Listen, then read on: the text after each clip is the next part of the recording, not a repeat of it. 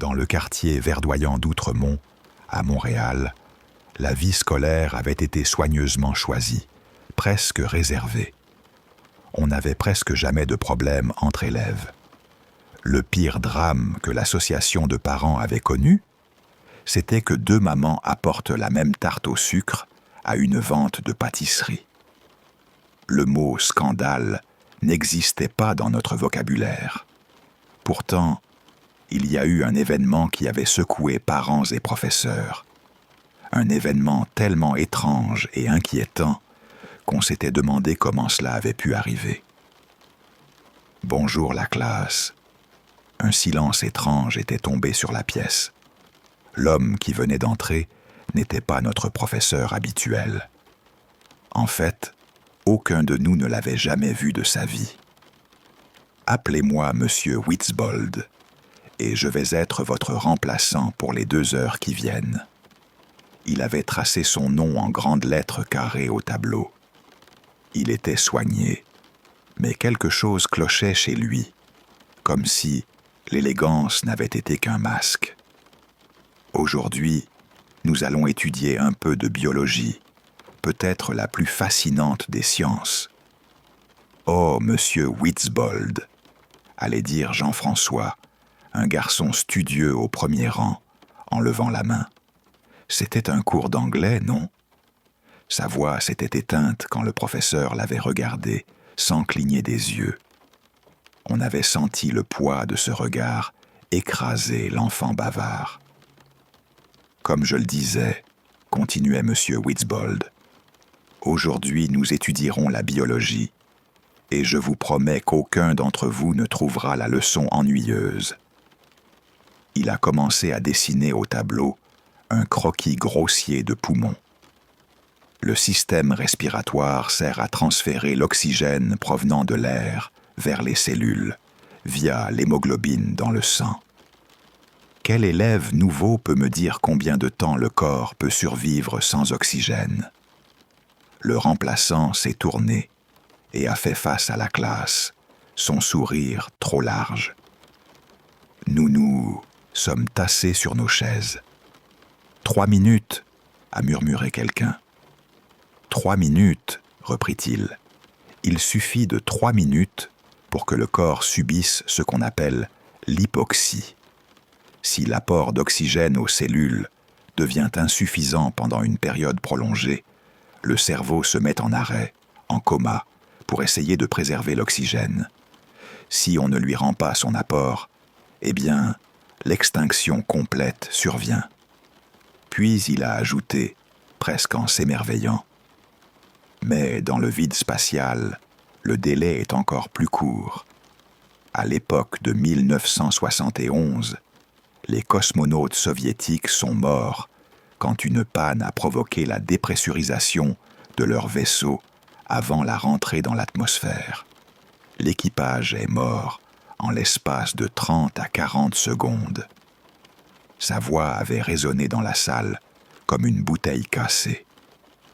Ce n'était pas tant les descriptions morbides qui nous avaient troublés que sa manière de les donner.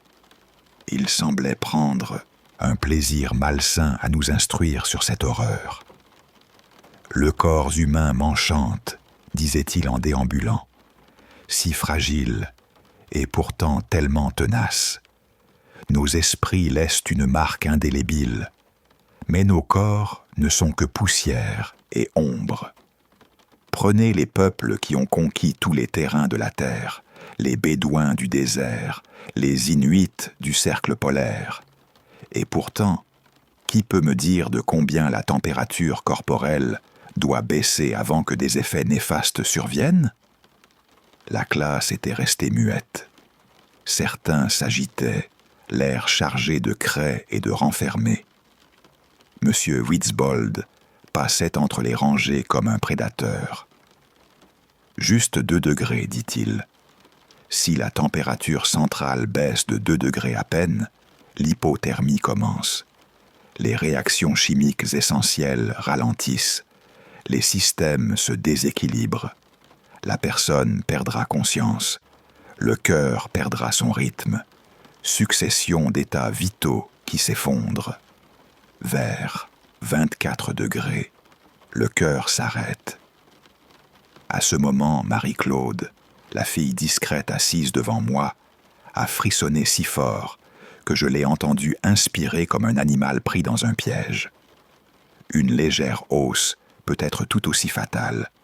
Au-dessus de 41,5 degrés, des convulsions peuvent commencer. Des dommages cérébraux irréversibles peuvent survenir au-dessus de 42,5 degrés. Le sang s'épaissit, ralentit. Les reins cessent de fonctionner. Le muscle cardiaque peut être endommagé et les muscles squelettiques commencent à se décomposer. En somme, c'est ce qu'on appelle une défaillance multi-organes. Mais plus précisément, c'est quand le cerveau commence à cuire. Toi, debout, Monsieur Witzbold a indiqué Marie-Claude d'un geste presque caressant. Elle s'est dressée, horrifiée d'être choisie. Il a fait glisser une chaise derrière le bureau du professeur et l'a placée au centre de la classe. « Assieds-toi » a-t-il ordonné, sa voix restée douce, son sourire toujours trop large.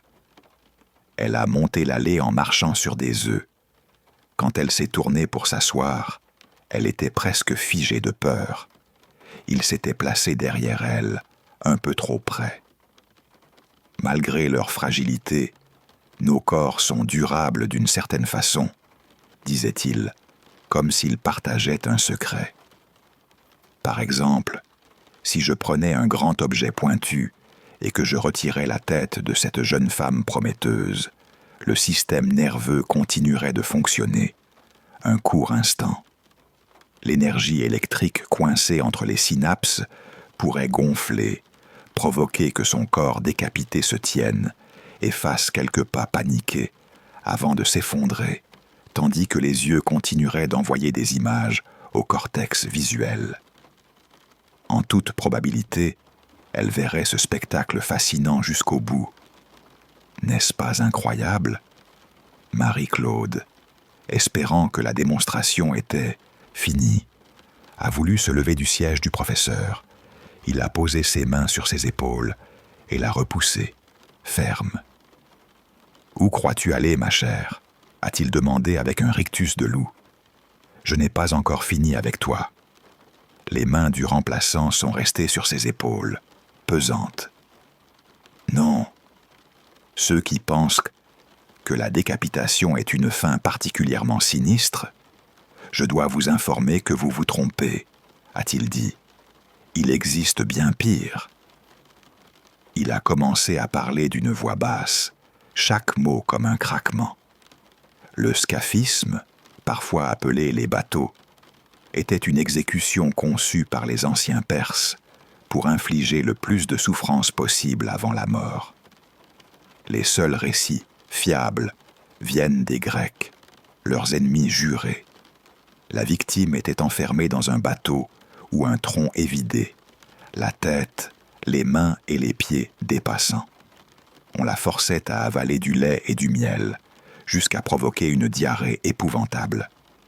Ensuite, on versait encore du lait et du miel sur elle, surtout sur les mains et le visage.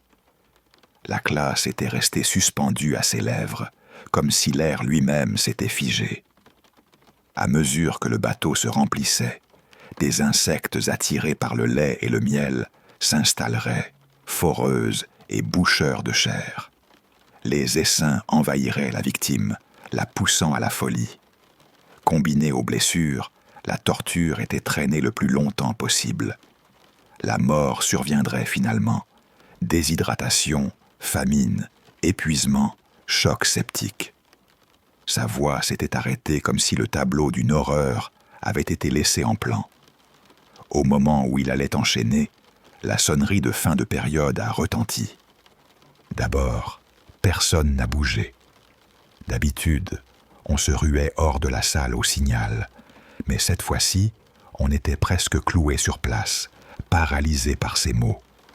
L'air sentait la craie, la peur et un relent de savon bon marché mêlé à un goût métallique. Les plaintes ont suivi. Le centre de service scolaire de Montréal a ouvert une enquête. Les parents ont exigé des réponses. Comment un tel homme avait-il pu passer à travers le système scolaire québécois? Certains ont retiré leurs enfants de l'école, parlant de traumatisme et de troubles de stress. Je sais que je n'ai jamais revu la discrète Marie-Claude à l'école. Et, pour ma part, je n'ai plus jamais vu ni entendu parler de M. Witzbold. C'est quelque chose pour lequel je remercie Dieu ou le hasard chaque jour. Ici, au Québec, le système est un peu différent des autres endroits. Tu vois, on n'a pas de middle school, pas de tampon social qui sépare les enfants des jeunes adultes. Alors, quand on a 11 ans, on s'est retrouvé parachuté dans un site scolaire où il y avait des grands ados intimidants. J'ai senti ça comme un choc. On est passé de l'école primaire, où on était choyé, à l'école secondaire, un monde saturé d'hormones et sans pitié. C'était terrifiant, pour le dire doucement. J'ai toujours été timide. Voir ces gars au visage couvert d'acné, aux voix graves, avec des poils qui poussaient n'importe où, qui traînaient leurs mains sur les murs. C'était comme regarder des monstres. Je ne comprenais ni leurs gestes ni leurs paroles. Je me souviens m'être seulement efforcé de baisser la tête, de ne pas attirer l'attention, d'éviter les emmerdes. C'est là que commence cette histoire. Moi, petit garçon apeuré, dans un endroit qui me donnait la nausée à l'idée de me lever le matin. Les devoirs, être populaire, éviter les ennuis. Je croyais que c'était le pire qui m'attendait. J'avais tort. Le directeur de l'école secondaire Saint-Laurent, à Montréal, s'appelait Dr Sylvain Tremblay. Non, ce n'était pas un médecin. Il avait obtenu un titre dans un domaine quelconque, un titre qu'il aimait bien porter. Il m'a paru froid. Son discours d'accueil pour la cohorte de secondaire, un nous avait présenté l'école comme une épreuve à subir plutôt qu'une chance d'apprendre. Le ton était sec, sans chaleur, et les enseignants, alignés dans le vieux gymnase, ressemblaient à des gardiens de camp. L'homme m'est apparu comme un mystère, mais à 11 ans, tout était mystère. Chaque pli du monde faisait peur. Je sentais une pression énorme à l'époque. Réussir, me conformer. On m'avait dit de ne pas poser de questions, que les adultes avaient toujours nos meilleurs intérêts à cœur. Si seulement ça avait été vrai. Je me rappelle un matin frais d'automne. Les arbres, nus, semblaient des squelettes. Des tas de feuilles pourries bordaient le trottoir. On avait cours d'anglais à la première période, la matière que je redoutais le plus. Pas parce que je n'aimais pas la langue, j'étais plutôt bon, mais à cause de la professeure. J'avais l'impression qu'elle me détestait. J'étais persuadé de l'avoir offensée sans savoir comment. Avec du recul, j'ai compris qu'elle haïssait son travail. Comme beaucoup, elle avait peut-être eu un rêve, quelque chose qu'elle avait laissé tomber par manque de temps, par trop d'obligations. Elle était devenue une petite tragédie vivante. On sentait son mépris, mais jeune, je n'avais pas su quoi en faire. Au milieu du cours, pendant que l'aiguille de l'horloge tournait au ralenti, un bruit perçant a déchiré le silence. C'était l'alarme incendie. Des voix d'enfants ont chuchoté, nerveuses. La professeure a dit, d'une voix plate, « Tout le monde, faites la file dehors du bâtiment. » Il y avait comme une petite excitation. Un exercice d'évacuation rompait la monotonie d'une journée interminable. On a ramassé nos affaires, calmement, en file indienne. D'autres classes faisaient pareil. Alors le long corridor bordé de casiers s'est rempli d'enfants. J'avais fait des exercices d'évacuation avant, ça ne m'a pas surpris. Mais quelque chose de différent est arrivé. Une odeur est arrivée. D'abord ténue, puis plus forte. Elle a glissé dans le couloir et nous a enveloppés. Ça sentait le feu. Ça sentait le plastique qui brûle. L'odeur a mis tout le monde sur les nerfs. Le souvenir le plus effrayant n'a pas été le feu lui-même. Ce n'était pas l'odeur âcre de matière qui fondait, ni les sanglots des élèves qui commençaient à paniquer. C'était le visage des enseignants quand ils ont compris le danger réel. À cet âge, les adultes nous semblent invincibles. Ils réparent tout, ils ont des réponses. Là, j'ai vu sur le visage d'un adulte une terreur pure, sans phare. Ça m'a glacé jusqu'aux os. Les voix se sont élevées, anxieuses. Les enseignants nous ont poussés vers la sortie la plus proche. La fumée s'est épaissie à mesure qu'on avançait. On a déboulé hors du bâtiment et là, on a vu l'aile lointaine de l'école en flammes. Les flammes dansaient, épaisses, noires. Et puis les cris ont commencé. Des enfants se sont tournés vers la section embrasée, pointant, hurlant. Une silhouette est sortie du brasier. Elle était prise dans les flammes. Un homme marchait, tout en feu. Ses cris se sont éteints dans la chaleur. Sa bouche était carbonisée. C'était comme regarder un corps animé par le feu lui-même, une infernale marionnette qui brûlait avant même que le son ait le temps de sortir. C'était horrible. Les sirènes ont hurlé. Des gyrophares rouges et bleus ont clignoté. Des hommes en uniforme fluorescent, les pompiers du service de sécurité, incendie de Montréal, ont essayé d'éteindre l'incendie. Ils ont lutté, mais le spectacle du concierge carbonisé a brisé beaucoup d'enfants. Les enseignantes leur criaient de regarder ailleurs, mais on ne pouvait pas. Même quand j'ai fermé les yeux et enfoncé mes doigts dans mes oreilles, l'odeur est restée. L'odeur de chair qui brûle ne m'a plus jamais quitté. L'école a fermé pendant 1 semaine, le temps d'évaluer les dégâts. Les autorités locales ont proposé du counseling traumatique pour le personnel enseignant et les élèves.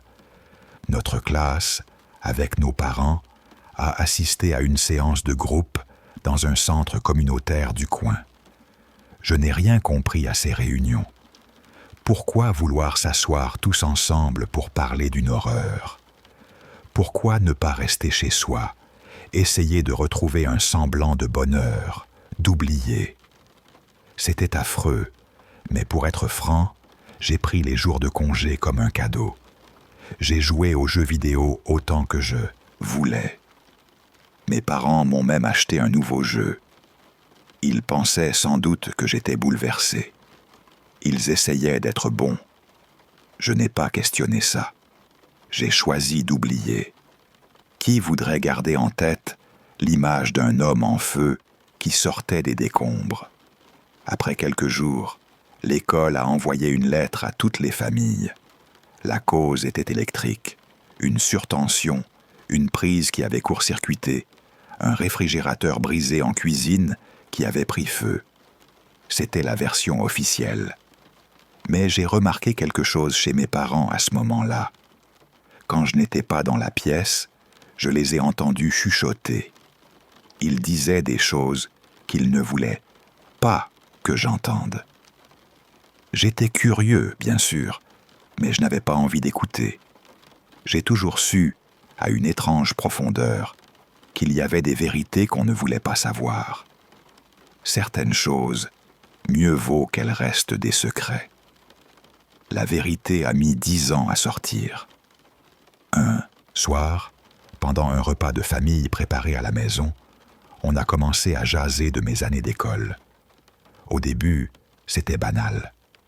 Puis, sans qu'on y prête attention, le sujet de l'incendie est ressorti. Un commentaire anodin, rien d'explosif. Mais mes parents ont réagi bizarrement. Mon père a posé ses couverts et s'est raclé la gorge. Il a regardé ma mère d'un air grave. Elle a fait de même, a soupiré, puis s'est tournée vers moi. Alexandre, tu te souviens de cet incendie à ton école ?» J'ai hoché la tête. Bien sûr que je m'en souvenais. L'école avait organisé une cérémonie pour le concierge brûlé quand il était décédé à cause de ses blessures. Mes parents ont baissé les yeux. « On ne t'a pas dit la vérité à l'époque », ils ont murmuré. « On est désolé. On a fait ce qu'on pensait être le mieux. » Je suis resté silencieux. Mes yeux ont fait des allers-retours entre eux. J'ai attendu qu'ils ouvrent la bouche. Mon père a pris la parole en tenant la main de ma mère. Il a serré sa main comme pour lui donner du courage. « Mon fils, cet incendie n'était pas un accident. Quelqu'un a mis le feu à l'école. Il a essayé de la brûler avec tous les enfants à l'intérieur. » Ma mère a couvert sa bouche. Sa voix s'est brisée. Des larmes fraîches se reflétaient au coin de ses yeux.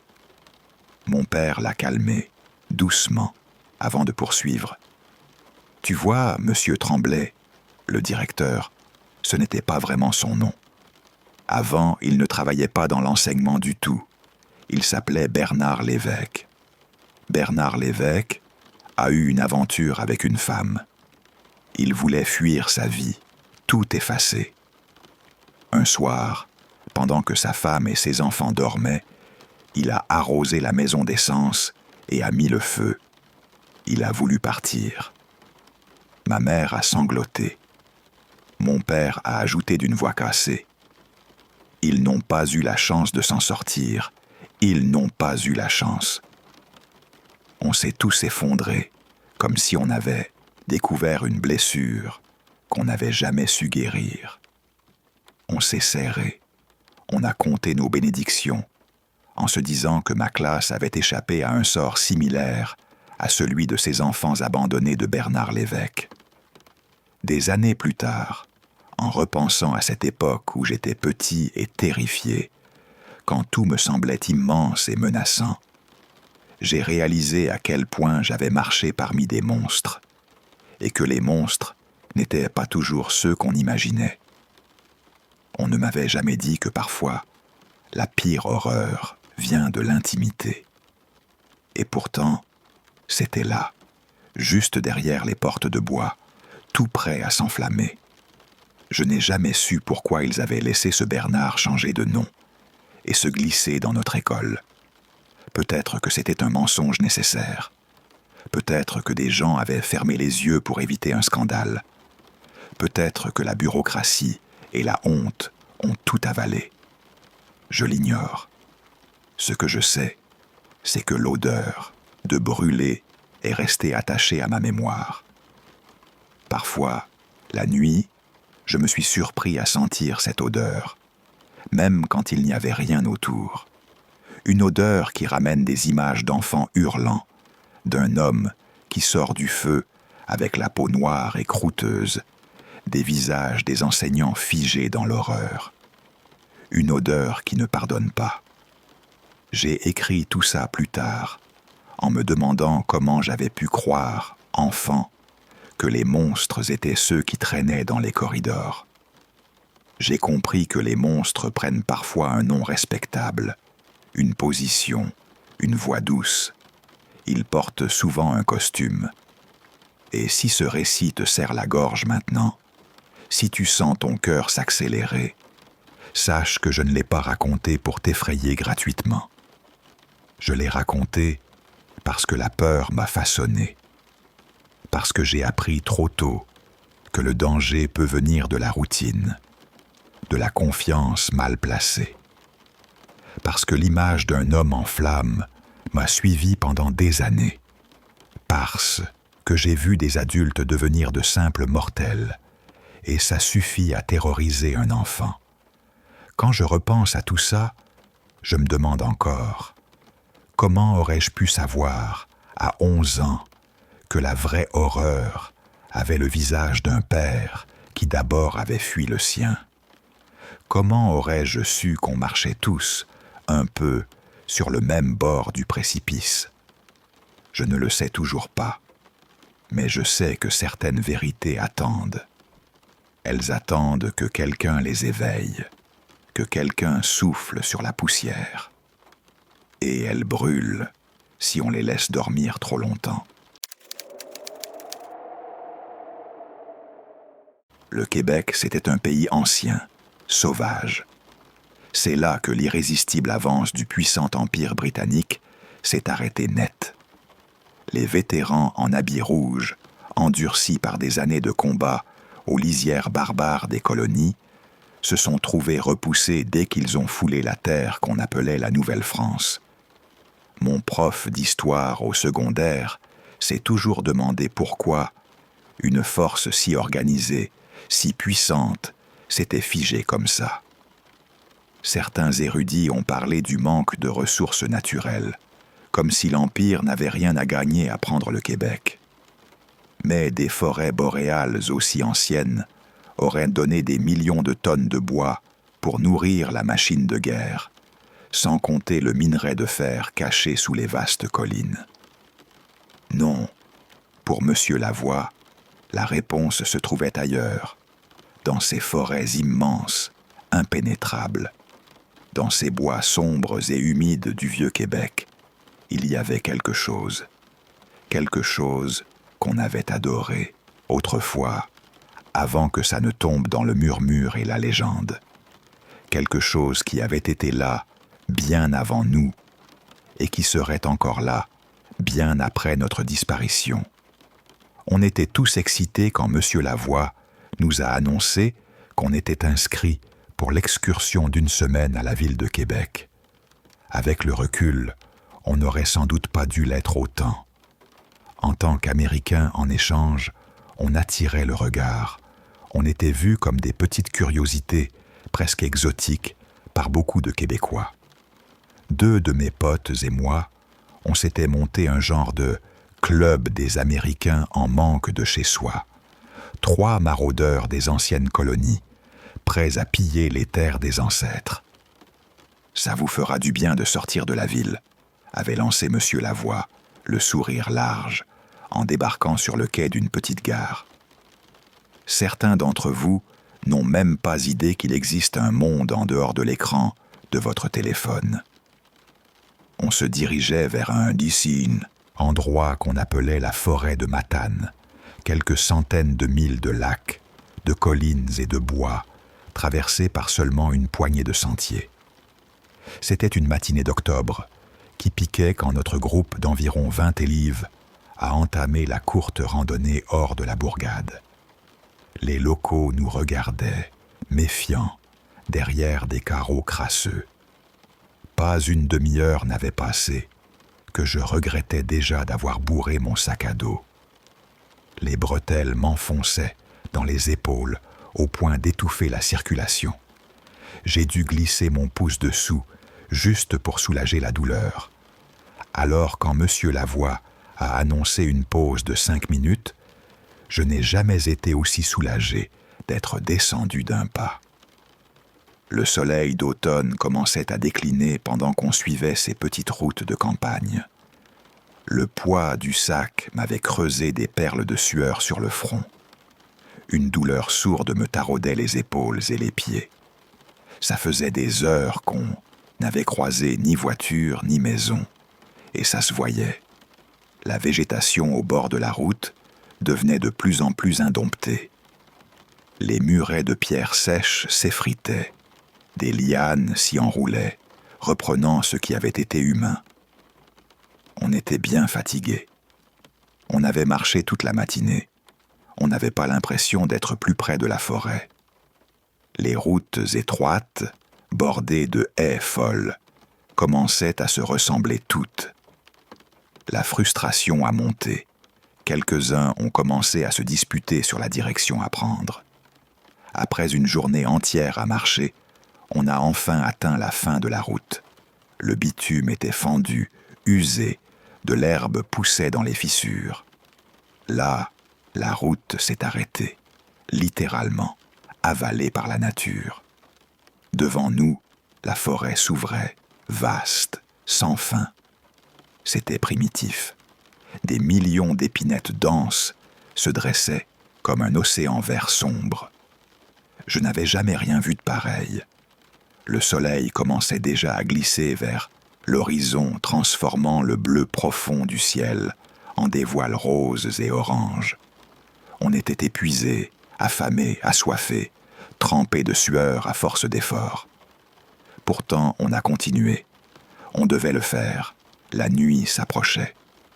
Marcher entre les arbres était un travail pénible. Les aiguilles d'épinette griffaient la peau exposée. Des insectes minuscules nous bouffaient, laissant des plaques qui grattaient comme des brûlures. Suivre quelqu'un voulait dire se prendre des branches fines en pleine figure. Parfois, on tombait sur une petite éclaircie. Les arbres s'écartaient et on voyait où on était. C'était une forêt ancienne, presque éthérée. Des tapis de mousse qui s'étalaient comme un velours fou. Monsieur Lavoie a dit qu'on devait être à 15 à 20 milles de la ferme, la plus proche, encore plus loin du village. C'était agonisant. Même les gars de la campagne commençaient à râler. Quand on a atteint la première vraie clairière, on s'est mis à monter le campement. Le coucher de soleil avait laissé place à un plafond d'étoiles. On a rangé notre souper frugal, des sandwichs froids. On était vidés. On avait bataillé à travers les épinettes toute la journée. C'était beau, intact. Du moins, on le croyait. Et puis, ça a commencé. Cette nuit-là, un bruit tonitruant a claqué dans les arbres autour de nous. Quelque chose a brisé le silence lourd et saturé de la clairière. Un hurlement profond, venu d'ailleurs, d'une autre sphère. Rien de ce que j'avais entendu avant, ni depuis, m'a déchiré les oreilles. J'ai senti la nausée me remonter. J'ai cru que j'allais rendre mon maigre petit déjeuner partout sur le sol humide. Quand le cri s'est estompé, le silence est retombé. Mais pas le même silence. On a entendu tout de suite le bruissement des épinettes, le craquement des branches sèches, le froissement des aiguilles. Quelque chose venait vers nous. Les élèves ont hurlé, ont pleuré, se sont enfouis dans les sacs de couchage, paniqués. Un de mes potes est arrivé en courant vers moi, les yeux fous.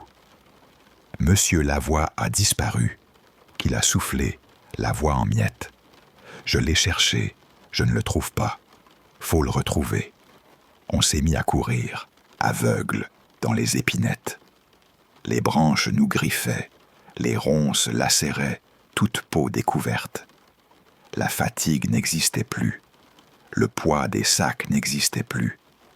On filait à travers la forêt à une vitesse folle, la peur et l'adrénaline nous donnant une force inconcevable.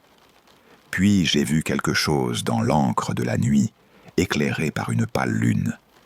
Des épinettes tordues, déformées, dont les racines et les membres s'entremêlaient en arches, en berceaux.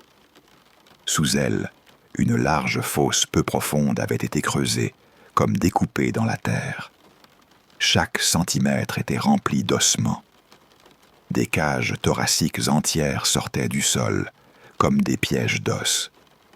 De longs fémurs, jaunis et brisés par le temps, formaient des motifs étranges.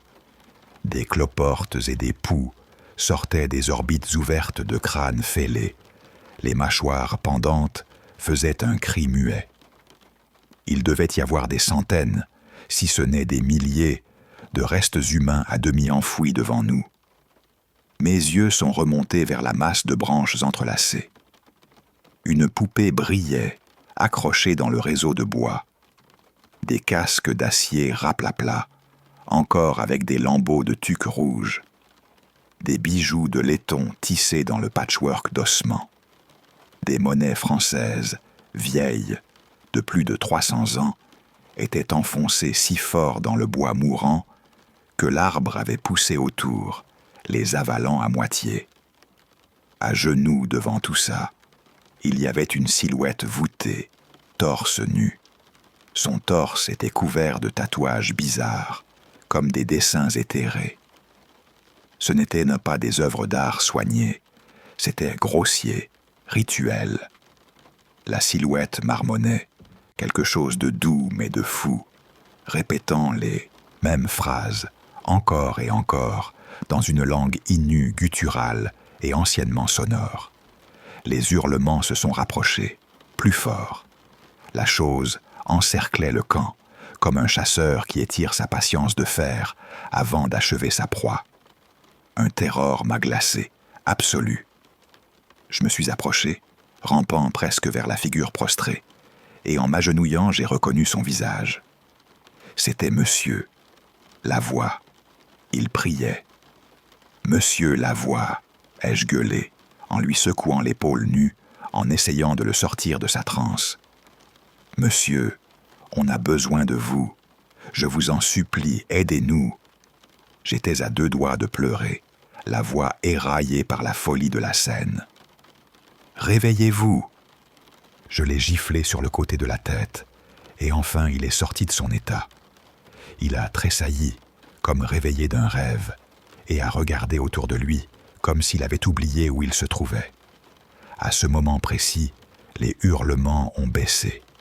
Le silence s'est refermé, lentement, autour de nous.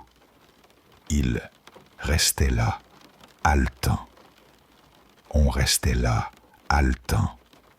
Personne n'a jamais vraiment parlé de ce qui s'était passé dans les bois, ni de la manière étrange dont cette horreur a cessé aussi brusquement qu'elle avait commencé. Quelques élèves qui sont revenus de la forêt de Matane ont été traités pour des symptômes de stress post-traumatique. Ils n'ont jamais pu raconter la nuit qui les a brisés. Personne n'a expliqué exactement comment les gestes mystérieux de Monsieur Lavoie, cette nuit-là, nous ont sauvés d'un sort pire que la mort. Moi, je n'ai pas oublié. Je n'oublierai jamais. Ce soir-là, Monsieur Lavoie nous a sauvé l'âme, à nous tous. On ne pourra jamais, jamais le rembourser pour ça. Mon école secondaire était vieille. Quand t'es gosse, tout ce qui était là avant ta naissance te paraît vieux. Mais le petit séminaire de Québec était presque antique, fondé en 1663 par Monseigneur François de Laval. Ça faisait si longtemps que j'avais quitté le lycée que tout me semblait appartenir à la vie de quelqu'un d'autre. Comme un vieux film où je me serais glissé malgré moi, comme un livre que j'aurais lu sans vraiment m'appartenir. On m'avait déjà dit que le corps humain change toutes ses cellules tous les 7 ans. J'avais donc supposé un jour que physiquement j'étais une autre personne que celle d'il y a une décennie. Pourtant, la dernière conversation que j'avais eue avec un vieux prof d'histoire, Monsieur Lavoie, m'était restée collée à la peau comme une odeur que l'on n'arriverait jamais à rincer. Ça faisait 15 ans que je rejouais cette scène dans ma tête, encore et encore. Je ne m'étais jamais débarrassé d'elle. Je l'avais trouvée cachée, hors du regard de la foule, dans l'angle du bâtiment principal. Il avait des cheveux châtain sable, attachés en une queue de cheval négligée, une moustache en guidon qui s'était usée comme un vieux cuir. Une cigarette flambait entre ses doigts. L'odeur âcre de tabac me rappelait le métal chauffé, la gorge qui gratte, la nuit qui colle. Quelque chose, dans la façon dont il m'avait regardé quand j'avais sorti mon paquet et demandé du feu, m'avait glacé. Ce n'était plus le regard du prof. Il m'avait regardé comme si j'étais déjà passé. Il y avait de la froideur, et quelque chose d'autre, une pitié amère, un dégoût qui passait comme un goût de bile. La moitié de moi s'était attendue à ce qu'il me gronde, me traite d'insensé pour ce vice qu'on traîne comme une corde au cou. Il n'avait rien dit. Il avait fouillé dans la poche de son vieux jean délavé et en était sorti un zippo bosselé. Il m'avait tendu la flamme. On avait parlé. On avait parlé de grandir, de ces fois où l'on croit enfin se trouver. Il m'avait demandé combien de temps j'avais mis, à moi, pour me sentir moi. J'avais haussé les épaules. J'y ai pensé souvent, avait-il dit en regardant Issa au miasso de lui, loin, vers un horizon qui ne promettait rien. On atteint un certain âge et on croit savoir qui on est. Moi, j'habite un petit condo près d'un bistrot à la lisière de la ville. Je bosse de 9h à 17h. Et dans les trous entre les heures, je bois. Et personne ne vient m'ennuyer. Je sais qui je suis. Et après tout ce temps, c'est presque une victoire. Je ne l'avais jamais entendu parler comme ça. Pas ce ton-là. Pas cet abandon. Dans ses cours, il enflammait l'assemblée.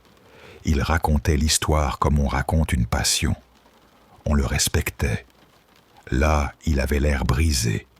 On aurait dit qu'il portait quelque chose de lourd et de froid, planté contre ses côtes. Il avait une alliance à l'annulaire. Mais il n'avait jamais parlé d'une vie de famille en classe. Je n'avais pas posé la question. On avait parlé de ce que j'avais appris au lycée. Il avait hoché la tête, m'avait laissé parler. Mais son regard m'avait dit qu'il n'était pas impressionné. Ça m'avait rencardé.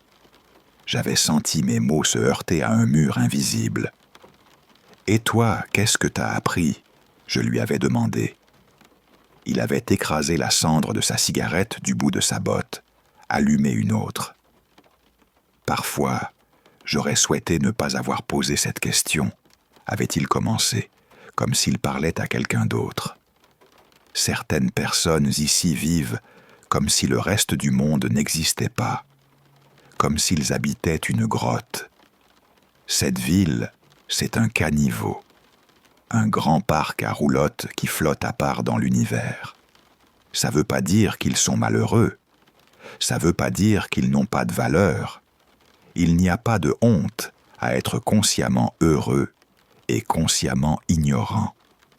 Appelle ça comme tu veux, gamin, les consciemment ignorants. Il avait soufflé. La fumée s'était écrasée contre l'air froid. Je crois que la conscience humaine, c'est une erreur tragique de l'évolution, avait-il ajouté ensuite, en laissant la phrase rouler. Il avait inspiré comme si le tabac lui alimentait une sorte de courage. On est devenu trop conscient, trop plein de nous-mêmes. Quelque chose dans l'univers a contraint la création à se séparer d'elle-même. Nous, on n'a pas le droit d'exister selon les lois naturelles. On se persuade à nous-mêmes qu'on est un moi. Cette pagaille de sensations, d'émotions, tout ça nous a convaincus qu'on était quelqu'un, alors qu'on n'est que personne. Je lui avais lancé, mi-provocateur, mi-souriant. « Tu n'es pas croyant, alors ?» Il avait ri, un petit rire sec, comme une craie sur un tableau. « La religion ?»« Ah, la religion !» avait-il dit avec un sourire mince. « C'est un moyen de rejeter sa propre peur et sa haine sur une figure qui promet l'apaisement. Ça donne une histoire toute propre pour recouvrir les doutes. Moi, je comprends que les gens se contentent de ça. Grand-maman prêche, et ça lui suffit. Au moins, je ne fonce pas tête baissée dans un panneau cosmique, avait-il lâché avec un haussement d'épaule qui sonnait faux. C'est à ce moment-là que je lui avais avoué que j'avais été surpris de l'entendre proférer un tel pessimisme. Rien dans ses cours n'avait laissé deviner ça. J'allais poser la question que tout le monde finissait par poser. Mais il m'avait pris de vitesse. Son regard avait été celui de quelqu'un qui lisait l'avenir. « Tu veux savoir ce qui m'a rendu comme ça, gamin ?» Sa bouche s'était tordue en un sourire qui n'avait rien d'accueillant. « Beaucoup veulent savoir. La plupart, je leur dis d'aller se faire voir. Toi, il s'était interrompu. Il avait secoué la tête, et je l'avais vu, cette pitié sur son visage. Ma femme, avait-il dit, qu'elle repose en paix. On a perdu notre fille quand elle était toute petite. Le monde avait perdu ses couleurs autour de lui. Il avait parlé comme un chirurgien qui détaille une autopsie. Le médecin a dit qu'elle n'a pas souffert. Le chauffard l'a envoyée direct dans le coma. Après des semaines sans sommeil, des nuits pleurées, dans la chambre où elle était, elle a glissé, et puis elle est partie dans un sommeil plus profond. Il avait parlé comme s'il récitait un fait lointain mais inévitable. Sa voix avait été plate. Je pense à elle, de temps en temps, avait-il avoué, en pinçant ses lèvres. Parfois, dans les rares moments où je ne sombre pas, je me sens presque soulagé qu'elle n'ait pas eu à connaître ce monde. Je m'étais senti maladroit. Je suis désolé, avais-je laissé sortir. Ma voix avait tremblé. Il avait répliqué sans amertume. N'y pense pas. C'est une belle façon de partir. Sans douleur. Innocente. Le souci avec une mort tranquille, c'est que c'est trop tard pour réparer. Le mal est fait. Puis sa voix avait pris une tournure étrange, presque calme, comme si ces mots étaient des pierres qu'il jetait dans une eau noire. « Tu veux des enfants ?» m'avait-il demandé. J'avais haussé les épaules. Je n'y avais jamais vraiment pensé. Il avait tiré sur sa cigarette, m'avait regardé avec une sorte de mépris. Non, je trouve ça arrogant. C'est cruel de tirer une âme hors de l'absence pour la fourrer dans ce sac de chair qui pourrit. Condamner une vie à avancer à l'aveugle dans ce hachoir. Parfois, je pense à remercier le type qui avait trop bu cette nuit-là. Ils m'ont évité le péché d'être père. J'avais voulu lui dire qu'il existait autre chose que la douleur écrasante et le néant. J'avais voulu croire que des gens faisaient de petites choses qui pouvaient changer les choses. Il avait secoué la tête, l'irritation montant. Il avait écrasé sa cigarette une deuxième fois sous sa botte. « Voilà ce que je veux dire », avait-il soufflé. « Il y a des idées plus larges, des choses qui nous lient en tant qu'espèce. Mais as-tu déjà vu un cadavre ?» J'avais hoché la tête. Il m'avait fixé, et j'avais senti mon cœur battre plus fort dans ma poitrine, comme si quelqu'un frappait contre l'intérieur de ma cage thoracique. Regarde-les dans les yeux, même sur une photo. Tu lis encore quelque chose. Tu sais quoi je vois ? Je vois que, quand la fin arrive, ils l'ont accepté. Pas tout de suite, pas au début. Mais dans les toutes dernières de secondes, c'est du soulagement. Ils avaient peur, puis ils voient, pour la première fois, comme c'est simple de lâcher prise. Dans ces ultimes secondes, ils voient ce qu'ils ont toujours été. Toi, moi, eux. Toute cette tragédie comique, c'était que des hypothèses, de l'aveuglement. Et ce que tu dois faire, c'est lâcher. Comprendre que tu n'avais pas besoin de t'accrocher si fort. Que toute ta vie, ton amour, ta haine, tes souvenirs, tes douleurs, c'était la même chose. Un rêve enfermé dans une pièce. Un rêve d'être une personne. Il avait commencé à s'éloigner. Les clés de sa camionnette avaient tintiné en sortant de sa poche. « Bonne chance, gamin », avait-il dit sans se retourner. « Tu vas en avoir besoin. » Puis il était parti, le bruit de ses bottes se perdant dans la cour, comme le battement d'un grand cœur sur le point de s'éteindre. Je suis parti de cette ville. J'ai emmené mes affaires à Montréal. Là-bas, on n'était pas tout à fait comme ceux coincés dans les petites bourgades. Parfois, j'ai pensé qu'il avait tort, qu'il y avait, quelque part, un côté lumineux que M. Lavoie n'avait pas voulu voir. Pourtant, certaines nuits, allongé dans un lit trop petit après une journée passée dans un bureau oppressant, ces mots revenaient. Ils faisaient écho contre les parois de mon crâne. Ils s'accrochaient et cognaient mes doutes. Dans ces heures où la lumière est fine, où on entend la ville respirer comme un grand animal creux, je sentais le poids de sa voix. Et je savais alors qu'il avait eu raison, parce qu'il avait planté une graine qui poussait en silence, qui parlait quand la maison était calme, qui criait dans les bruits étouffés de la nuit, qui me forçait parfois à tourner la tête vers quelque chose de froid et d'inévitable. Et dans ces réveils où mon cœur martelait ma poitrine, où j'avais la bouche sèche, où l'odeur du tabac me colle encore, je me suis surpris à imaginer la facilité, à imaginer la respiration qui se fait lente, la douleur qui s'éloigne, à me demander si parfois la conscience n'était pas une malédiction, un phare qui n'éclaire que pour révéler l'abîme. Alors oui, parfois, au milieu du vacarme, j'ai accordé à Monsieur Lavoie la vérité. Mais je n'ai jamais oublié non plus la résistance, ces petites bouées que les hommes se lancent les uns aux autres, les mains qui se serrent, les verres qui cliquent, les voix qui chantent faux mais qui tiennent. Et c'est peut-être ça finalement, la lutte contre l'idée que tout n'est qu'un même rêve. La lutte qui nous oblige à rester éveillés, même quand tout en nous nous murmure de lâcher prise. Je m'endors encore, parfois, avec l'odeur du zippo qui m'accroche au cou. Et dans le noir, la dernière image que j'ai gardée de lui remonte. Sa silhouette penchée, la cigarette qui s'estompe, son visage vide d'espérance. Je sens toujours, au creux de mon oreille, son souffle cassé. Et je sais que, quand le silence devient trop épais, ces mots reviendront me visiter. Je n'ai pas la réponse.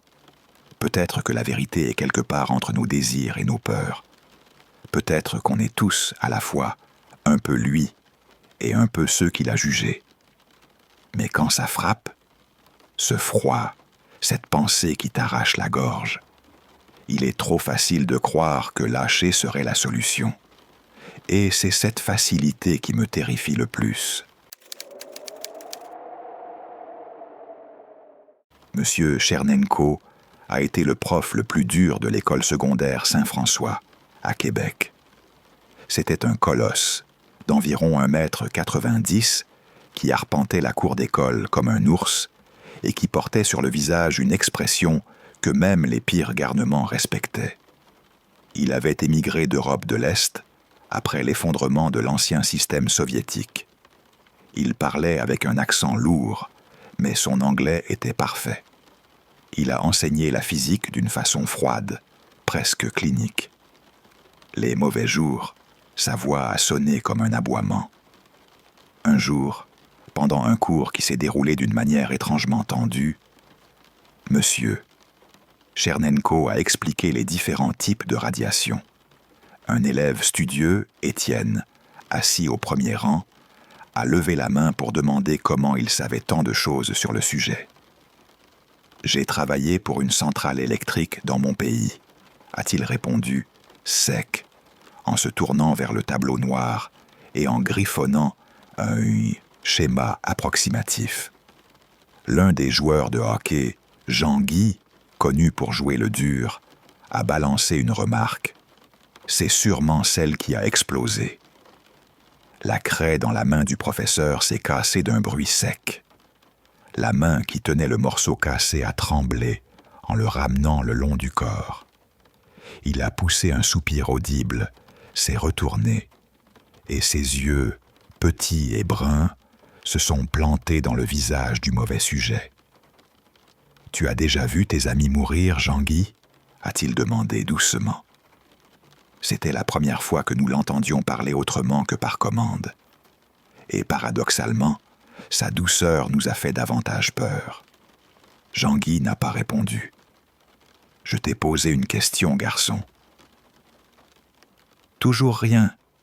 Ses joues sont devenues cramoisies pendant que les yeux de monsieur Chernenko, durs comme des billes, perçaient son regard. L'enseignant, furieux, s'est dirigé vers la porte de la classe et l'a fermé à clé. On a senti la pièce se resserrer. Nouvel exercice pour aujourd'hui. Fermez vos cahiers. Une fille nerveuse, Marie-Claude, à lunettes, a levé la main. On a entendu la peur crue dans sa voix. « Je ne suis pas à l'aise, monsieur. »« Merci, la fille, » a soufflé monsieur Tchernenko en désignant Jean-Guy d'un air de mépris. Plus tard, c'est une punition collective. Il s'est affaissé sur son bureau. Nous avons attendu, la tension collée à la peau, redoutant ce qu'il allait faire. Nous ne l'avions jamais vu aussi enragé. Certains ont même dit qu'ils avaient senti l'odeur d'alcool sur son haleine. J'ai senti un nœud au creux de l'estomac en imaginant les manchettes morbides que le Journal de Québec aurait pu titrer le lendemain. Le moment le plus important de ma vie s'est produit avant que l'un d'entre vous ne soit né, a commencé M. Tchernenko. C'était le 25 avril 1986. Le jour où le monde entier a fini pour ma ville. Il a dit qu'il était revenu de Moscou après avoir étudié la physique nucléaire à l'université. Il a expliqué qu'il a été heureux de rentrer. Il avait une petite amie qu'il espérait épouser quand il trouverait du travail. Pripyat était un endroit magnifique. Forêts à côté, ruisseaux pour pêcher. Nous étions heureux, nous a-t-il glissé. Cette nuit-là, il a dit que le ciel s'était montré clair, sans nuages, et que Pripyat avait été recouverte d'une voûte d'étoiles où l'on pouvait se perdre pendant des heures. Puis il a exposé, d'une voix qui est devenue plus basse, que cette même nuit, un accident près de notre ville avait bouleversé sa vie pour toujours. Il a prononcé le nom que l'on savait tous déjà sur le bout de la langue. Tchernobyl, la centrale nucléaire. Chez nous, on disait, on fait semblant de travailler, et le gouvernement fait semblant de nous payer, a-t-il lâché. Nous avons vu la tristesse sur ses traits. Il a raconté la rouille morale du communisme, l'incompétence, la corruption. Il a expliqué qu'il y avait un défaut de conception sur un des réacteurs neufs. Quand le test de sécurité a commencé, le réacteur est devenu comme une arme chargée.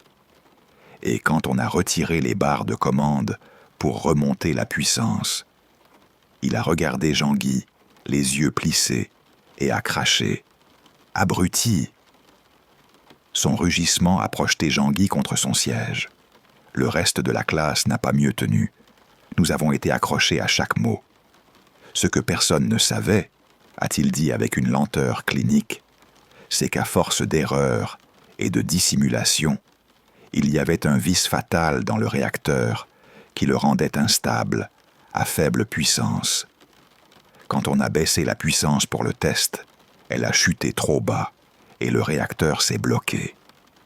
Et pendant que tout cela se passait, un point chaud, dangereux, se formait au cœur du réacteur. 2 explosions énormes ont secoué la terre sous nos pieds. Chaque homme, chaque femme, chaque enfant de Pripyat a entendu ces détonations, mais nous n'avons rien compris. Des ouvriers à l'arrêt ont craint le pire, mais personne n'a pu imaginer que ce qui suivait serait la plus grande catastrophe nucléaire de l'histoire. Je l'ai entendu décrire la vague de choc. Il a dit qu'il a regardé vers la centrale. Un pilier de fumée s'est dressé dans le ciel nocturne. À travers l'encre du ciel, il a discerné des scintillements de flammes. Certains dans son immeuble ont pensé que la guerre avait éclaté. Nous, à Pripyat, avons regardé, fascinés et terrifiés, la colonne de radiation ionisante s'élever vers les cieux et illuminer la nuit d'une lueur bleue, hideuse. Le monde s'est effondré pour eux, a-t-il dit. Les gens ont été pris par une peur indicible. Pourtant, il a avoué s'être surpris à sourire en regardant la nuit. Il a comparé ce spectacle à regarder le visage de Dieu. une masse gargantuesque d'énergie pure, atrocement splendide. Son regard s'est assombri, mais un coin de sa bouche s'est relevé, mélancolique. C'était seulement le début, a-t-il prévenu. Ce qui est venu après, à cause de l'accident et de la gestion catastrophique du gouvernement, a été bien pire. Il n'a jamais quitté des yeux Jean-Guy, comme si chaque phrase le visait directement. Ça a dû être un supplice. Pour nous, cela a été. Nous avons été obligés d'écouter. Nous n'avions aucune échappatoire. Savez-vous qu'ils ont envoyé une troupe d'artistes pour calmer quelques villageois proches pendant qu'ils mouraient d'empoisonnement radioactif? Il a savamment décrit un spectacle. Une magnifique ballerine qui a dansé son dernier ballet. Des mèches de ses cheveux blonds sont tombées alors qu'elle virevoltait. Il a dit qu'il a vu du sang perler à ses narines, couler le long des joues, sortir des oreilles. Quand elle a fini, des enfants sont venus lui apporter des fleurs, alors que cheveux et dents commençaient déjà à tomber.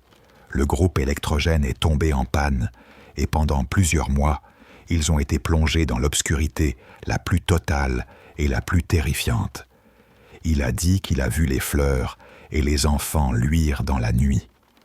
Un souffle, puis quelques sanglots dans la classe. Sophie, au fond, a sangloté en cachant son visage dans la manche. Le nettoyage a demandé le travail de 30 000 personnes, a continué le professeur. Il a précisé « Il y a moins d'habitants à Québec, 30 000 personnes. Ils les ont appelés les liquidateurs, un euphémisme répugnant inventé par un homme trop lâche pour appeler ces gens par leur nom, les condamnés. Tu sais ce que c'est, garçon? Avoir à regarder un ami dans les yeux et lui demander d'aller vers une mort qui va le brûler de l'intérieur, a grogné monsieur. Chernenko en se tournant vers Jean-Guy. Le regard que Jean-Guy lui a renvoyé disait « Toi, tu t'en sortirais. Tu penses que ça t'importe? Tant que ça ?» a-t-il poursuivi. « Tu penses que c'est drôle de voir des enfants se consumer de l'intérieur, mourir de la façon la plus atroce, sans même comprendre pourquoi, assassinés par quelque chose qu'on ne voyait pas ?» Jean-Guy a secoué la tête, la bouche muette. Les yeux du gamin imploraient grâce. « Non, vous rigolez. Non, monsieur. » Monsieur Chernenko a dominé le bureau, les yeux grands ouverts, pleins de fureur. Nous avons tous attendu qu'il casse ce gamin, qu'il l'envoie à l'hôpital. Mais il s'est contenté de se lever, de marcher vers la porte et de la déverrouiller. « Cours terminé », a-t-il murmuré en se rassissant. Je n'ai jamais vu une classe se lever aussi vite. Jamais. Pas même le dernier jour d'école. Nous avons filé hors de la salle comme des rats. Mais juste avant de sortir, je me suis arrêté à son bureau, le cœur qui tambourinait. « Monsieur ?» Il m'a levé les yeux. Encore cette tristesse qui coulait de ses pupilles. Je suis désolé. Il a hoché la tête sans rien ajouter. Je suis parti. J'ai fréquenté un bon cégep, niché dans les collines enneigées autour de Québec. Mais cette nuit-là, et les images qu'il a dépeintes, elles sont restées collées à mon palpitant. Chaque fois que je ferme les yeux, je sens l'odeur âcre du métal chauffé, le goût de cuivre dans la bouche, le grondement lointain qui fait vibrer la cage thoracique. Et je me rappelle sa voix, basse comme un souffle, me racontant le moment où le monde de sa ville a pris feu. Ah.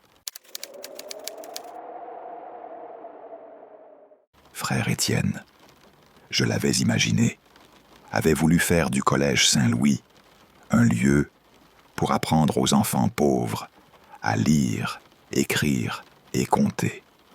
Le bâtiment, taillé dans d'énormes blocs de grès, avait gardé une gloire néoclassique, une maçonnerie qui jurait avec la ville moderne, qui avait poussé tout autour, à Québec. J'ai passé l'examen d'entrée. Aller à cette école m'a électrisé autant que terrifié. La discipline y était sévère, les avantages nombreux. Chaque fois que je poussais la porte de l'ancienne bibliothèque au style gothique, j'ai senti quelque chose de magique m'attraper.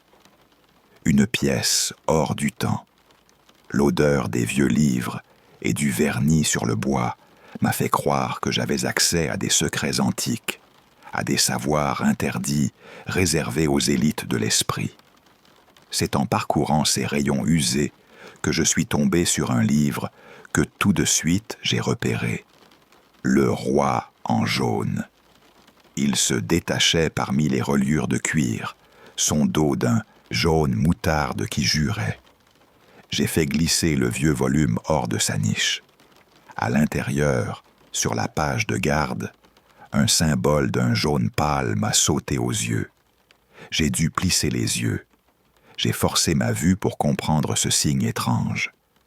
En tournant la page, une douleur à la tête a commencé, sourde. Les caractères imprimés étaient minuscules, si petits que j'arrivais à peine à les déchiffrer. Ma migraine est montée d'un cran. J'ai refermé le livre, je me suis frotté les yeux et je l'ai glissé dans mon sac pour y revenir plus tard. Le lendemain, alors que le cours de littérature anglaise touchait à sa fin et que les élèves sortaient en file, je me suis approché du bureau du professeur. Monsieur Bédard était plus jeune que la plupart des profs. Il avait toujours eu une allure accessible. « Monsieur, est-ce que vous avez déjà entendu parler d'un livre qui s'appelle « Le Roi en jaune » ai-je demandé, en rongeant mes ongles, nerveux. Sa physionomie a changé d'un coup. Il s'est figé, levant lentement les yeux du papier qu'il corrigeait. « Pourquoi demandes-tu ça, Mathieu » a-t-il essayé de répondre d'une voix calme. Mais je l'ai senti, rien n'était calme. Eh bien, j'ai regardé sur le net quelques... « Mathieu, m'a-t-il coupé sèchement. As-tu trouvé un exemplaire de ce livre ?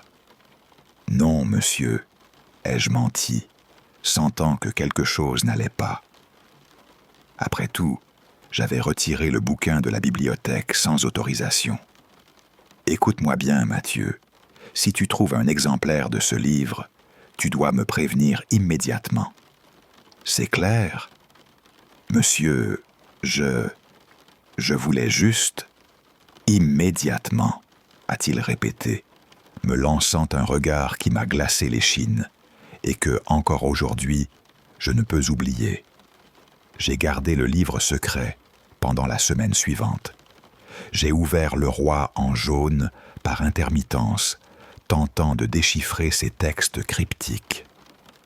Ah, dizi, chaque fois, la même migraine revenait, me forçant à arrêter. Une nuit, je suis resté tard après les cours. J'ai voulu m'y plonger sérieusement, sans être dérangé. La bibliothèque était presque vide. Je me suis réfugié dans un coin protégé, enfermé entre d'énormes étagères en chêne.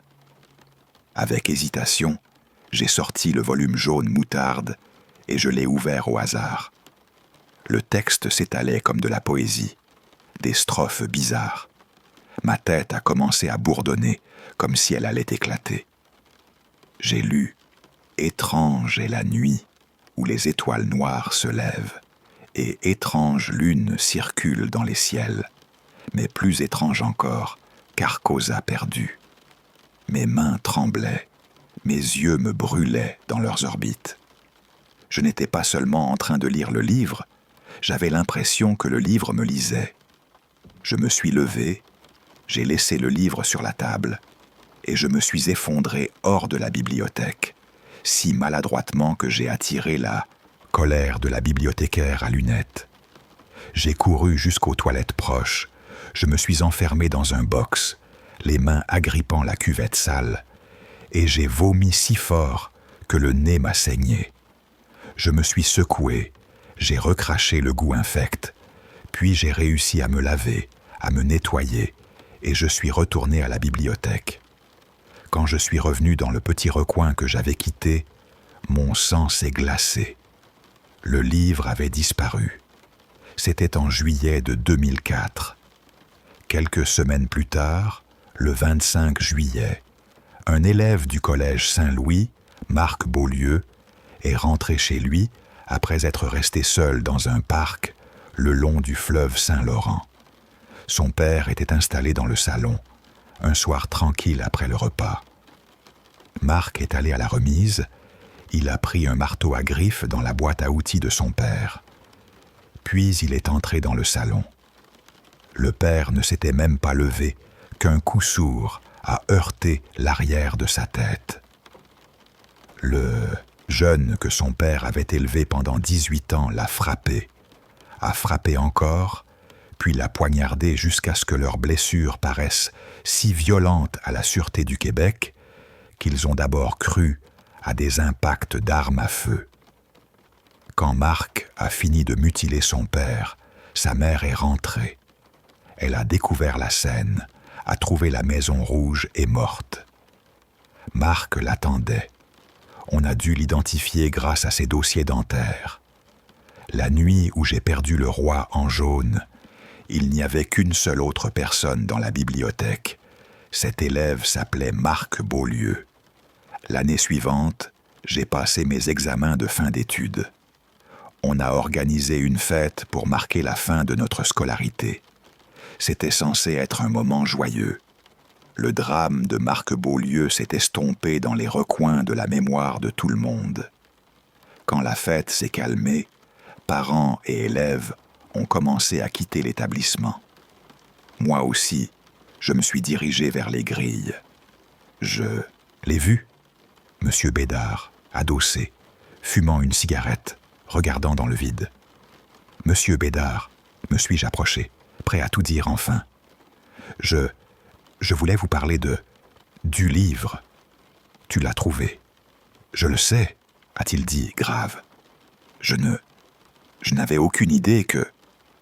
Je sais. Personne ne sait. Il a tiré une longue bouffée, sans jamais croiser mon regard. Nous sommes restés un moment, perdus dans un silence lourd. « Qu'est-ce que vous allez faire maintenant ?» ai-je demandé, la voix qui flanche. « Continuer ce que j'ai fait toute ma vie. Chercher ce livre, a-t-il répondu. « Et quand vous le retrouverez ?» Il n'a pas répondu. Il a écrasé la cigarette encore fumante en la jetant au sol. Puis il a quitté le collège Saint-Louis pour toujours. Je n'ai jamais raconté cette histoire à qui que ce soit. Je n'en ai pas ressenti le besoin. Mais plus tôt ce mois-ci, une nouvelle m'a ramené ces souvenirs terribles en plein visage. Mon ancien professeur d'anglais, Monsieur Bédard, s'était donné la mort. Quand j'ai appris qu'il s'était ôté la vie, j'ai contacté les enquêteurs de la Sûreté du Québec, chargés d'étudier son décès. Ils n'étaient pas libres de tout raconter, mais une détective, d'un naturel clément, m'a livré ce qu'elle pouvait. Quand je lui ai dit que j'avais été élève de Monsieur Bédard, son ton s'est assombri. Je lui ai demandé si Monsieur Bédard avait dressé un inventaire des livres qu'il possédait au moment de sa mort. D'une voix nerveuse, elle m'a dit que oui. Je lui ai demandé si, dans cet inventaire, certains livres manquaient quand on a retrouvé le corps. Elle a encore répondu « oui ». Quel était le nom du livre disparu ? ai-je demandé. Il y a eu une pause. La détective a consulté ses notes de dossier. La pause a duré une éternité, et mon cœur, lui, battait comme un tambour contre ma cage thoracique. Puis elle a dit, d'une voix basse, presque sans souffle, « Le roi en jaune ». Avec les mains tremblantes, j'ai raccroché le téléphone. En grandissant dans une banlieue de Montréal pendant les années 80, la vie n'a pas été tendre. Je suis né et j'ai grandi dans l'Est, là où tout sentait la graisse et la rouille, là où la nuit changeait les rues en gueules fauves. Les trottoirs se refermaient, les ruelles artérielles devenaient des couloirs sinistres quand le soleil s'était effondré. Mon père était un solitaire bourré de travail. Ma mère avait fini par noyer sa peine dans la bouteille. J'ai grandi rebelle, en colère, sans un sou. C'était la tempête parfaite. Évidemment, je me suis laissé glisser vers la petite délinquance. L'école, une farce. Une garderie pour gamins fichus, sans avenir, condamnés à tout sauf la prison ou la morgue. On manquait de respect à la direction comme à la raclée. Une fois même, un élève avait attaqué un membre du personnel. Mais il y avait un prof différent. Un prof devant qui on ne parlait jamais. Un type qui imposait par nature. Il s'appelait Monsieur Moreau. La plupart des profs de notre école étaient des naufragés. Des jeunes sortis tout juste du cégep, à peine plus vieux que nous. Des alcooliques fonctionnels qui sentaient la vodka dès 8h30 le matin, chemises déboutonnée, des cravates cheap qui pendaient, la barbe de 5 jours. Pas Monsieur Moreau. Lui, il était toujours rasé de près. Les cheveux gris, clairsemés, peignés pour cacher le sommet chauve. Il imposait le respect. Un vendredi soir, mes potes et moi, on fumait des cigarettes et on roulait dans une vieille Ford battue. La conversation a dérapé sur Monsieur Moreau. « Tu sais qu'il a fait la guerre ?» a lâché l'un. Un para, paraît-il. Il a été cité pour avoir buté 10 soldats ennemis dans une embuscade, a ajouté un autre. J'ai ricané. J'ai dit que c'était du pipeau. L'autre a répondu que tout le monde n'avait pas servi avec un tueur sans cœur. Mon oncle était au garage de l'armée. Il n'a jamais tiré une seule fois, a dit un troisième. Mais l'un d'eux a juré que c'était un massacre, qu'il avait même cassé la mâchoire d'un gamin en courant pour séparer une bagarre. Si Monsieur Moreau avait été dans les paras, il n'en avait jamais parlé.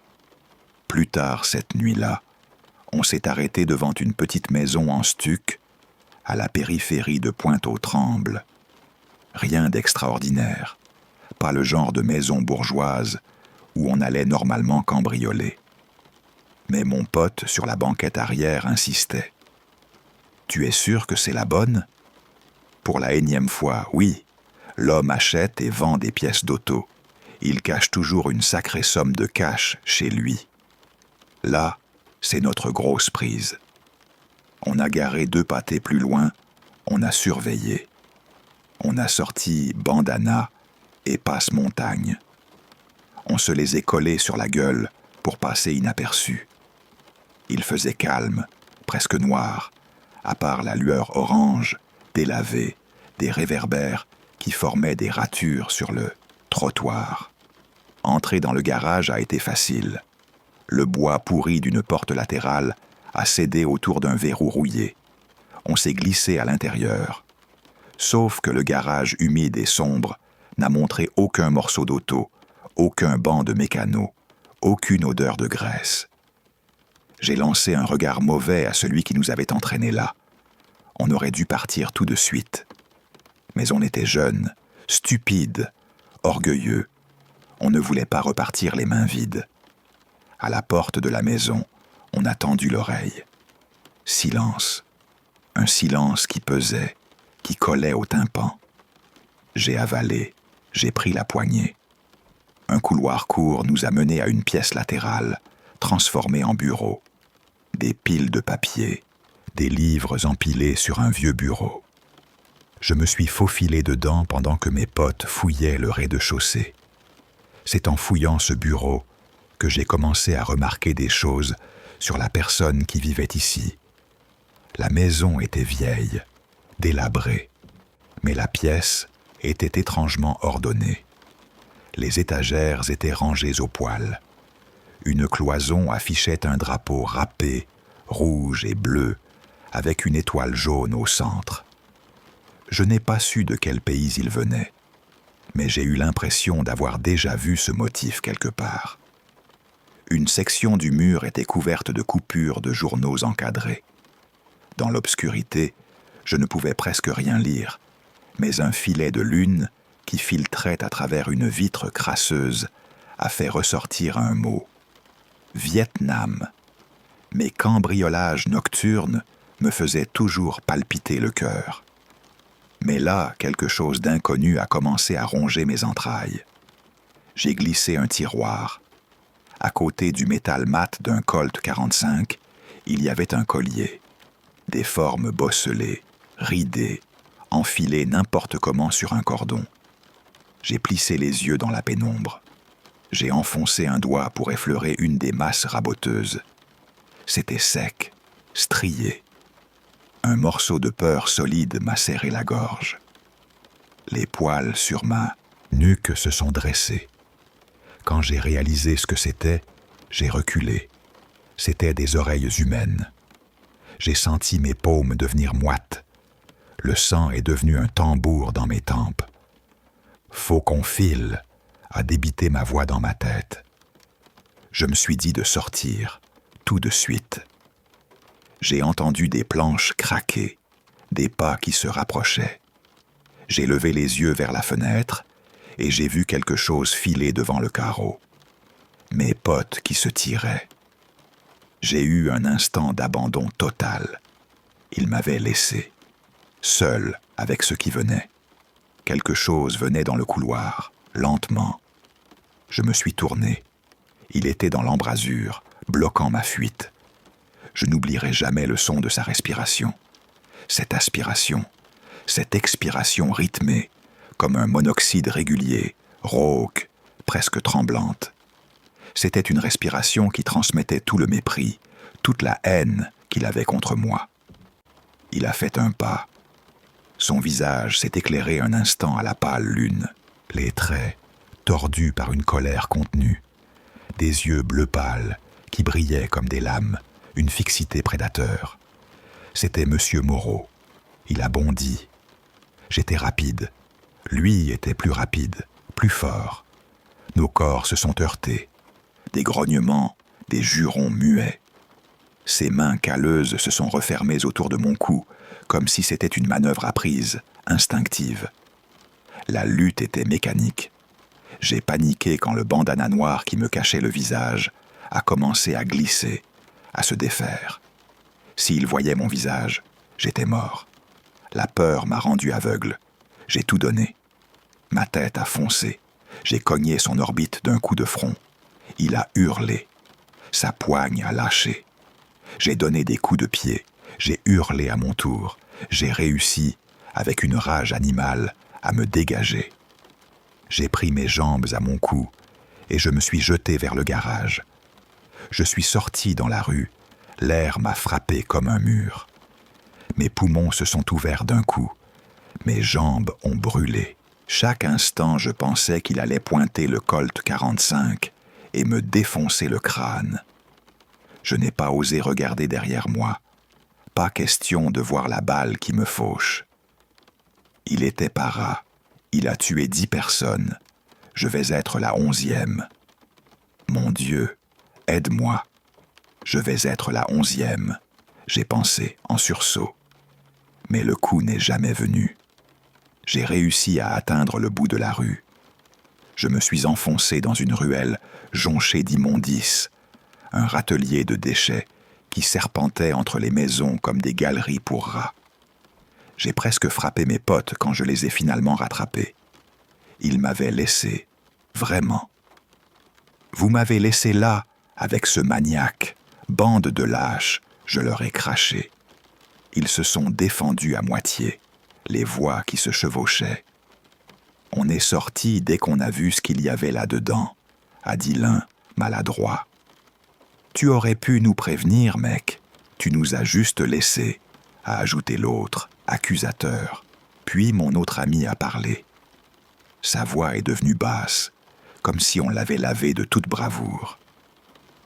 Il y avait un truc dans la salle de télé, il a marmonné.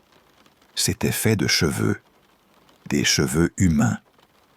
J'ai voulu lui enfoncer sa cigarette dans la gorge. Ferme-la. Ce n'étaient pas des cheveux humains. On ne sait même pas ce que c'était. Alors dis-moi pour l'autre chose. Vas-y, raconte. Ses deux compagnons ont soudain paru secoués, sans leurs airs. Ils ont refusé d'en parler. La cambriolage raté n'a plus jamais été évoqué. Moi, je suis tombé du secondaire peu après. Je me suis enfoncé dans la délinquance avec eux jusqu'à une arrestation pour vol de voiture. La Sûreté du Québec m'a embarqué. J'ai pris 6 mois à la prison de Donnacona. Quand je suis sorti, j'ai refait ma vie. J'ai trouvé du travail. J'ai obtenu mon DEC. Je suis allé au cégep local pour des études en rénovation. J'ai mené une existence tranquille. Aujourd'hui, je suis père et mari. Je mange la poutine de ma femme. Je regarde les Habs. Je me couche à 11 heures. Je suis un autre homme. Mais le week-end dernier, j'étais au Home Depot du côté d'Hochelaga. J'ai cru reconnaître un vieil homme qui traînait entre les allées. J'ai suivi, comme on suit un fantôme, en gardant mes distances. Puis il s'est retourné et nos regards se sont croisés. « Non », il a dit sans sourire. « Je te reconnais. » C'était mon vieux prof du secondaire. Jean de Brébeuf, promotion 86. Il faisait l'histoire, non? Un froid m'a repris l'estomac, la même mauvaise chaleur au creux des entrailles. « C'est ça », il a dit. Ses yeux bleus, glacés, m'ont passé à la loupe. « On dirait que tu t'en es sorti. Pas mal pour un décrocheur. » J'ai forcé un sourire faible. Il a ajouté, la voix devenue grave. « Tout le monde mérite une seconde chance, même ceux qui ont fait des mauvais coups quand ils étaient jeunes. » Il y avait du poids derrière ces mots, comme une leçon qu'on ne peut pas balayer.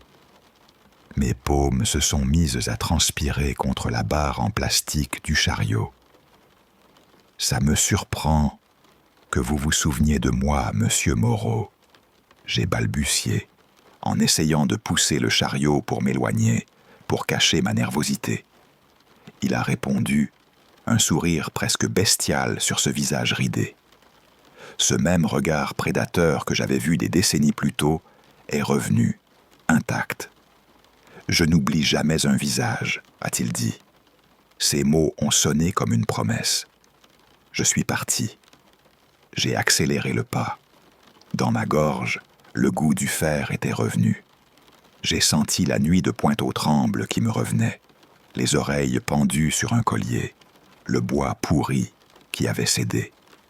Je me suis demandé ce qu'il gardait chez lui, maintenant. Si les murs de sa maison recelaient encore des choses qui n'avaient pas à être vues. J'ai regardé derrière moi une fois, et j'ai juste vu une silhouette qui continuait d'errer entre les rayons de peinture. Je n'ai pas dormi de la nuit. Mon cœur a battu comme un marteau. Et quelque part, une voix froide m'a rappelé: certaines choses, on ne les quitte jamais vraiment.